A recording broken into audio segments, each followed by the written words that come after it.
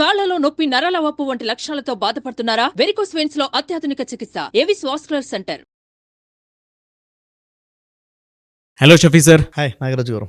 చాలా మందిలో మనం చూస్తూ ఉంటాం, ఏమైనా మనం కూడా సఫర్ అవుతున్నటువంటి సందర్భాలు ఎక్కువ చూస్తూ ఉంటాము. మన అనుకునేటువంటి వాళ్ళు ఏదైనా మోసం చేస్తే ఆ పెయిన్ తీసుకోవడానికి చాలా కష్టం అయిపోతూ ఉంటుంది.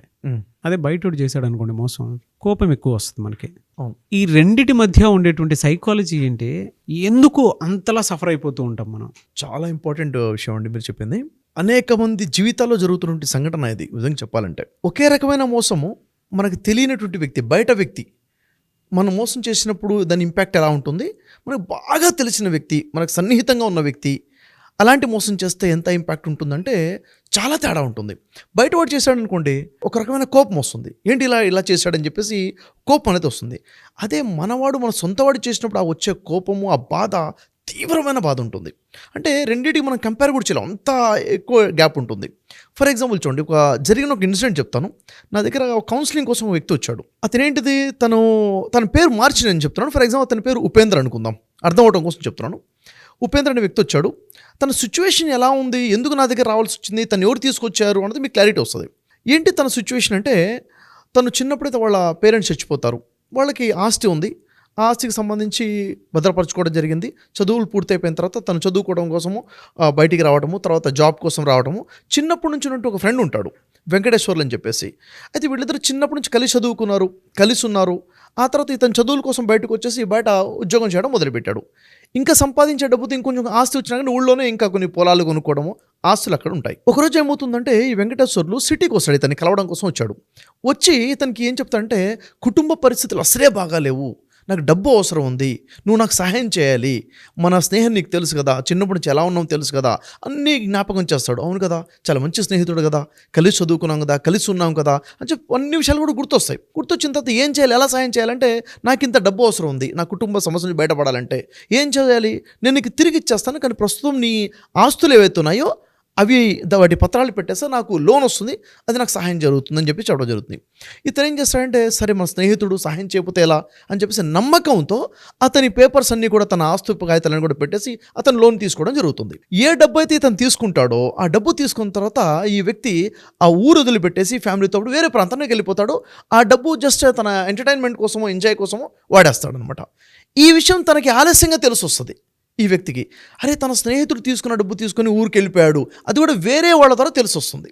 షాక్ అయిపోతాడు, అదేంటి ఇలా అయిపోయింది. ఎంత షాక్ అంటే, చిన్నప్పటి నుంచి కలుస్తున్నాము, నన్ను వచ్చాడు, కలిశాడు, ఇంత నమ్మకంగా మాట్లాడాడు, నేను నమ్మాను, ఏదో సమస్య ఉంది, కుటుంబ సమస్య అని చెప్పాడు. నిజానికి సమస్యలు ఏం లేవు అక్కడ, మోసం చేసేసాడు. నిజంగా ఇది నిజమా, నేను నమ్మాలా? నమ్మశక్యంగా లేదే, ఇంత పెద్ద నమ్మక ద్రోహమా? కనీసం ఆ వ్యక్తి వచ్చి కలిసి చెప్పాడా ఏదైనా ఇలా జరిగిందని, అది కూడా కాదు, వేరే వాళ్ళ ద్వారా తెలిసిపోయింది. ఇప్పుడు నేనేం చేయాలి, వీడిని వాడు పలకరించాలా అంటే, ఎలాంటి ట్రామాలోకి వెళ్ళిపోయాడంటే, ఆ పెయిన్ ఎంత డీప్గా వెళ్ళిపోయిందంటే, అసలు తన మీదే తన కాన్ఫిడెన్స్ లాస్ అయిపోయింది. నేను ఇంత పెద్ద తప్పు చేశాను, ఇలా నమ్మేశాను, నా నిర్ణయం తప్పు అయిపోయింది, అసలు ఇప్పుడు ఏం చేయాలి, ఇవన్నీ డౌట్స్లో తన ఎంత పెయిన్లోకి వెళ్ళిపోయాడంటే, జరిగిన సిచ్యువేషను తను ఒక రకమైన డిప్రెషన్లోకి వెళ్ళిపోవడం మొదలుపెట్టేశాడు. డిప్రెషన్లోకి వెళ్ళిపోయి రాత్రి నిద్ర దూరం అయిపోయింది, స్లీపింగ్ డిజార్డర్ వచ్చేసింది. ఒకటే ఆలోచన, ఇంత పెద్ద మోసం ఎలా జరిగింది. ఎందుకంటే ఇదే విషయం బయట వాళ్ళ ద్వారా జరిగింది అనుకోండి, అంత ఎమోషనల్ బాండింగ్ ఉండదు అక్కడ. బయట వాడితో చేస్తే ఒక కోపం వచ్చేస్తుంది. ఇక్కడ ఏమవుతుంది, అనేక రకాల ఎమోషన్స్ బాండింగ్ ఉంటాయి. ఒకళ్ళ మీద ఒకళ్ళకి రెస్పెక్ట్ ఉంటుంది, కమ్యూనికేషన్ ఉంది, ట్రస్ట్ బిల్డ్ అయి ఉంటుంది, అనేక రకాల ఎమోషన్స్ ఉన్నాయి ఇక్కడ. ఒకళ్ళ మీద ఒకళ్ళ డిపెండెన్సీ ఉంటుంది కదా. ఇవన్నీ కూడా, ఫ్రెండ్షిప్ అనేది ఒకటి ఉంది, పరిచయం ఉంది, చిన్నప్పటి చూసిన ఒక బిహేవియర్ ఉంది, రకరకాల బిహేవియర్స్. ఇవన్నీ చూసిన తర్వాత ఒక బలమైన ట్రస్ట్ బిల్డ్ అవ్వడము, ఇది ఒకేసారి బ్రేక్ అయ్యేసరికి అసలు నమ్మే పరిస్థితి కూడా ఉండదన్నమాట. ఈ షాక్ బ్రెయిన్ కూడా యాక్సెప్ట్ చేయదు. సిచ్యువేషన్ ఎలా ఉంటుందంటే, మన లైఫ్లో ఏదైనా హ్యాపీ ఇన్సిడెంట్ జరిగిందనుకోండి, జరిగినప్పుడు హ్యాపీ హార్మోన్స్ రిలీజ్ అవుతాయి. ఆ హ్యాపీ హార్మోన్స్ యొక్క ప్రభావం మన మానసికంగా, శారీరకంగా ఉంటుంది, చాలా హెల్తీగా లీడ్ చేస్తాం. ఎప్పుడైతే ఇలాంటి ఇన్సిడెంట్ జరుగుతుందో, అప్పటివరకు మన బ్రెయిన్లో ఉన్న ప్రోగ్రామ్ ఏంటి, ఈ వ్యక్తి అంటే ఇతను మంచివాడు, నమ్మశక్యం, చిన్నప్పటి నుంచి ఉన్న స్నేహితుడు, ట్రస్ట్ వర్ది అన్న ఇమేజ్ ఉంది బ్రెయిన్లో. ఒకేసారి ఇది జరిగేసరికి షాక్ అయిపోయి బ్రెయిన్ కూడా యాక్సెప్ట్ చేయలేదు. ఇంత పెద్ద మోసమా అని చెప్పేసి అప్పుడు బ్రెయిన్లో నుంచి హార్మోన్స్, కార్టిజోల్ లాంటి హార్మోన్స్ రిలీజ్ అవుతాయి. ఈ కార్టిజోల్ హార్మోన్స్ ఏంటంటే మనిషిని డిప్రెషన్లోకి తీసుకెళ్ళిపోతాయి, ఒక సాడ్నెస్లోకి తీసుకెళ్ళిపోతాయి, లోపల కుమిలిపోయే విధంగా తీసుకెళ్ళిపోయి సెల్ఫ్ డౌట్ వస్తుంది. నిజంగా చెప్పాలంటే ఆ సిచ్యువేషన్లోకి వ్యక్తి వెళ్ళిపోయిన తర్వాత స్లీపింగ్ డిజార్డర్ వచ్చేసింది, ఫుడ్ డిజార్డర్ వచ్చేసింది, తింటాం మానేశాడు. చివరికి ఏమైపోయిందంటే తనకి బీపీ వచ్చేయడము, షుగర్ వచ్చేయడము, హార్మోన్ డిజార్డర్ వచ్చేయడము, కంప్లీట్గా డిప్రెషన్ మోడ్లోకి ఉన్నటువంటి సిచ్యువేషన్లో అతను నా దగ్గర తీసుకురావడం జరిగింది. సార్ రెస్పాన్సిబిలిటీ తీసుకొని మోసం చేయకుండా ఒక నిజాన్ని దాచాడు అనుకోవచ్చు కదా సార్, అంటే జనరల్గా ఆ స్టేట్ ఆఫ్ మైండ్లోకి ఎందుకు తీసుకోకూడదు? నిజానికి అతను రెస్పాన్సిబిలిటీయే తీసుకొని ఉన్నట్లయితే, రెస్పాన్సిబిలిటీయే తన దగ్గర ఉన్నట్లయితే ఉండి విషయం అంటే చెప్పేవాడు, డిస్కషన్ చేసేవాడు. ఖచ్చితంగా ఇలా జరిగింది, ఈ పరిస్థితిలో నాకు ఇలా చేయాల్సి వచ్చింది అని అర్థమయ్యేటట్టు చెప్పేవాడు. రెస్పాన్సిబిలిటీ లేదు కాబట్టే తను అలా వదిలేశాడు కాబట్టి తను షాక్ గురయ్యాడు, ఈ స్థితికి తను రావడం జరిగింది. అంటే ఇక్కడ ఏమర్థమవుతుందంటే వాడు రెస్పాన్సిబిలిటీగా బిహేవ్ చేశాడు, నమ్మక ద్రోహం చేశాడు, నమ్మించి మోసం చేశాడు. విశ్వాసఘాతకం అంటాం. ఈ విశ్వాసఘాతకాన్ని, నమ్మక ద్రోహాన్ని మనిషి మనసు తీసుకోలేదు. చివరికి ఏ స్థాయికి వెళ్ళిపోతుందంటే మనిషి ఎంత డౌట్ఫుల్గా వస్తాడంటే అసలు నేను ఇప్పుడు ఎవరినైనా నమ్మాలా, మంచి వాళ్ళని కూడా నమ్మే స్థితి లేకుండా పోతుంది. ఏం చేయాలో అర్థం కాని స్థితిలో ఉంటుంది. ఇలాంటి డౌట్ సిచ్యువేషన్లోకి వచ్చేసినప్పుడు మనిషి సిచ్యువేషన్ అర్థం చేసుకుని బయటపడటం అంటే చాలా పెద్ద ఛాలెంజింగ్ అది. కాబట్టి ఇక్కడ మీరు అడిగిన విషయం, బయటవాడు మోసం చేయటం, బాగా తెలిసినోడు మోసం చేస్తే జీవితం కదిలిపోతుంది, డైజెషన్ చేసుకోలేమన్నమాట. అది శారీరకంగా, మానసికంగా కంప్లీట్గా ఒక ఒత్తిడికి గురైపోయే సిచ్యువేషన్ ఉంటుంది. కాబట్టి ఈ సిచ్యువేషన్ ఇలాంటి ఎవరైతే గురైతే అలాంటి వారు ఖచ్చితంగా అనాలిసిస్ చేసుకొని ఎస్ ఎంత కాదైనా కానీ నేను సరిగా నిర్ణయం తీసుకోవడంలో లోపం జరిగింది, ఇతను మోసం చేశాడు, నమ్మక ద్రోహం చేశాడు, ఇతను బాధ్యతాయుతంగా లేడు అని ఐడెంటిఫై చేసిన తర్వాత ఇప్పుడు నెక్స్ట్ ఏం చేయాలి? ఇప్పుడు మనం అనుకున్న ఇన్సిడెంట్లో కూడాను అతను ఇంకా జీవితాంతం కష్టపడ్డా కానీ ఆస్తులు మళ్ళీ తిరిగి పొందలేని పరిస్థితి అనమాట. అంత ఆస్తులు లాస్ అయిపోయాడు, మరి తిరిగి రానటువంటి పరిస్థితి. ఇటు చూస్తే ఆస్తులు పోయాయి, ఇటు చూస్తే ఆరోగ్యం పోయింది, కాన్ఫిడెన్స్ పోయింది, రిలేషన్ పోయింది, నమ్మకమే లేకుండా పోయింది, హోప్ మీద, జీవితం మీద హోపే లేకుండా పోయింది. అదే కనుక ఇది ఎవడో తెలియనివాడు బయటోడు చేస్తే ఏం జరిగేది? వాడి మీద కోపం వచ్చేది, దాన్ని రివెంజ్ తీసుకోవాలని ఆలోచన వచ్చేది. ఇక్కడే మనవాడు ఏం చేయాలో అర్థం కాదు, ఎలా బిహేవ్ చేయాలో అర్థం కాదు, ఎందుకు ఇలా చేసాడో తెలియనటువంటి బాధ. అంటే బయట జరిగిన మోసం కన్నా లోపల జరిగినటువంటి బాధ చాలా డీప్ పెయిన్ ఉంటుంది.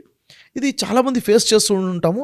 ఇది ఎందుకు ఇలా జరుగుతుందంటే ఒక వ్యక్తిని క్యాలిక్యులేట్ చేయడంలో, అర్థం చేసుకోవడంలో మేబీ ఒక లోపం కావచ్చు. చాలా పాజిటివ్ థింకర్స్ కొంతమంది ఉంటారు. అంటే పెద్దవాళ్ళు చెప్తారు కీడెంచి మేలెంచు అంటారు. ప్రతిదాన్ని కూడా రెండు రకాలుగా మనం చూడాలి. పాజిటివ్ అంటే నెగిటివ్ అంటే చూసిన తర్వాత అడుగు వేయాలి. చాలామంది ఆలోచన అంటే ఓన్లీ పాజిటివ్ చూస్తారు, నెగిటివ్ కోణం చూడటం అసలు అలవాటు ఉండదు. అంటే అసలు కీడెంచి మేలుంచి అన్న కాన్సెప్టే ఉండదు. అలాంటి వాళ్ళు ఇలా మోసపోయే అవకాశం చాలా ఎక్కువగా ఉంటాయి. బెనిఫిట్ ఆఫ్ డౌట్ అనేది డెఫినెట్గా ఉండాలంటారు. ఖచ్చితంగా బెనిఫిట్ ఆఫ్ డౌట్ ఉండాలి. ఎందుకంటే బెనిఫిట్ ఆఫ్ డౌట్ ఉంటే మనం అప్రమత్తంగా ఉండే అవకాశం ఉంటుంది, రాంగ్ స్టెప్స్ పడకుండా ఉంటాయి. దీనికి ఒక చిన్న డిఫరెన్స్ ఉంటుంది. బయటోడు మోసం చేస్తే బుద్ధితో ఆలోచిస్తాం, అందుకే కోపం వస్తుంది. సొంతోడు మోసం చేస్తే మనసుతో ఆలోచిస్తాము, అందుకే బాధ ఎక్కువ ఉంటుంది. ఇప్పటికీ ఇటువంటి మోసాల నుంచి బయటపడకుండా జీవితాన్ని స్పాయిల్ చేసుకునేటువంటి వాళ్ళు చాలామంది ఉన్నారు. మిమ్మల్ని అప్రోచ్ అవ్వచ్చా? తప్పకుండా అప్రోచ్ అవ్వచ్చండి. ఎందుకంటే జరిగిన నష్టం ఒకటి ఉంటుంది, దాని యొక్క ఇంపాక్ట్ అంతకన్నా ఎక్కువ నష్టం ఉంటుంది, దాని ప్రభావం. ఆ ప్రభావంతో వచ్చే అతిపెద్ద నష్టం నుంచి బయటపడాలంటే ఖచ్చితంగా ఎలా ఆలోచించాలి, ఎలా నిర్ణయాలు తీసుకోవాలి, ఇప్పుడు ఈ ప్రాబ్లం నుంచి బయటికి ఎలా రావాలి, లెసన్స్ ఏంటి, ఒక అనాలిసిస్ కోసం ఖచ్చితంగా కలవచ్చు. ఎందుకంటే ఇలాంటి సిచ్యువేషన్లో మనము మన చుట్టుపక్కల వాళ్ళతో మనం డిస్కషన్ చేస్తుంటే వాళ్ళు చెప్పే మాట ఇంకా కుమిలిపోతాం, మనం ఇంకో లాస్ అయిపోతాం. అలా కాదు, అక్కడ నుంచి ఎలా కన్స్ట్రక్ట్ చేసుకుంటూ రావాలి, మన థాట్ని మనం ఎలా బిల్డ్ చేసుకుంటూ రావాలని చాలా ఇంపార్టెంట్. సరైన టైంలో అక్కడ కౌన్సిలింగ్ అవసరం వాళ్ళకి. ఖచ్చితంగా అలాంటప్పుడు అప్రోచ్ అవ్వచ్చు, మన వాళ్ళకి సరైన కౌన్సిలింగ్ ఇవ్వచ్చు మన వాళ్ళకి. సో అది అండ్ ఎప్పుడైనా మీరు మోసపోయాను, దాని నుంచి బయటపడలేకపోతున్నాను అని కనుక మీకు అనిపిస్తే, మోసాల్లో కూడా చాలా టైప్స్ ఉంటాయి కదా. రిలేషన్షిప్లో మోసం జరగవచ్చు, ఫ్రెండ్షిప్లో మోసం జరగవచ్చు, పార్ట్నర్షిప్లో మోసం జరగవచ్చు. కొన్నిసార్లు తెలియకుండానే ఫ్యామిలీలో కూడా మనం అవి చూస్తూ ఉంటాము, రేర్ కేసెస్లో. ఎప్పటికీ కూడా ఒక మనిషి బయటపడాలి అని అంటే ప్రతి మనిషికి లోపల బెనిఫిట్ ఆఫ్ డౌట్ అనేది డెఫినెట్గా ఉండాలి. ఒకవేళ అది లేదు అనుకున్నప్పుడు మనలో ఉండేటువంటి డిప్రెషన్, బాధ, అవి ఎక్కువ అయిపోయేటప్పటికి ఒక మనిషి ఎక్స్ట్రీమ్ లెవెల్కి వెళ్ళిపోతూ ఉంటే సూసైడల్ థాట్ వరకు వెళ్ళిపోయే అవకాశం ఉంటుంది. లైఫ్ని చూసుకోలేరు.